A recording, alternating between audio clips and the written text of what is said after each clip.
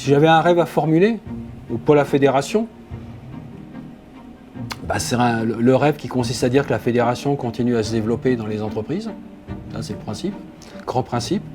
Que la fédération réussisse son congrès et puis que la prochaine mandature soit une réussite pour la nouvelle équipe, avec le moins de tempêtes possible, pour que la fédération puisse se concentrer sur ses objectifs principaux qu'elle s'est fixés en début de mandature. Si j'avais un rêve, ce serait peut-être que les salariés qui travaillent dans les toutes petites gagnent la même chose que ceux qui sont dans les grandes, donc le 13e mois, entre autres, les avantages des CSE. Le travail demain dans le champ de la fédération, ça va être celui de donner de l'espoir, de donner une étoile à suivre, d'allumer une étoile à suivre dans l'horizon, parce que le monde évolue très vite, les enjeux évoluent très vite, et qu'il ne faut pas qu'on se déconnecte. Pour nous, demain, le travail, c'est l'endroit où l'intelligence humaine, elle sera vraiment utile, où on pourra apporter l'intelligence collective, où on pourra amener son savoir-faire et ajuster les outils qu'on a et qui seront de plus en plus nombreux aux besoins. Comment on pense le travail demain? On essaie de le penser déjà de manière très optimiste et enthousiaste. Syndicaliste, ça rime avec utopiste aussi.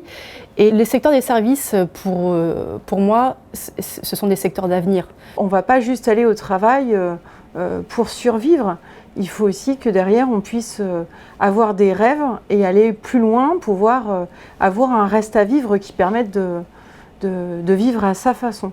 Si on n'est pas utopiste, si on est trop terre à terre, on ne peut pas avoir assez d'imagination pour aller plus loin que ce qu'on peut voir au bout de son nez, en fait. La CFDT a toujours travaillé avec les chercheurs en se disant, nous on a une vision du travail telle qu'on la voit dans l'entreprise, mais il peut y avoir des chercheurs qui ont une vision peut-être plus académique, plus théorique, et qui peut aussi, que ce soit des sociologues, des juristes, des scientifiques, qui peuvent nous aider aussi peut-être à confronter les visions et être peut-être plus juste dans ce qu'on va proposer. Aujourd'hui, quand on est syndicaliste, on ne peut pas renoncer. On ne peut pas s'asseoir et regarder le train passer. Il faut plutôt qu'on soit en train d'écrire la carte et d'explorer des endroits qui nous semblent impossibles pour qu'on le rende possible.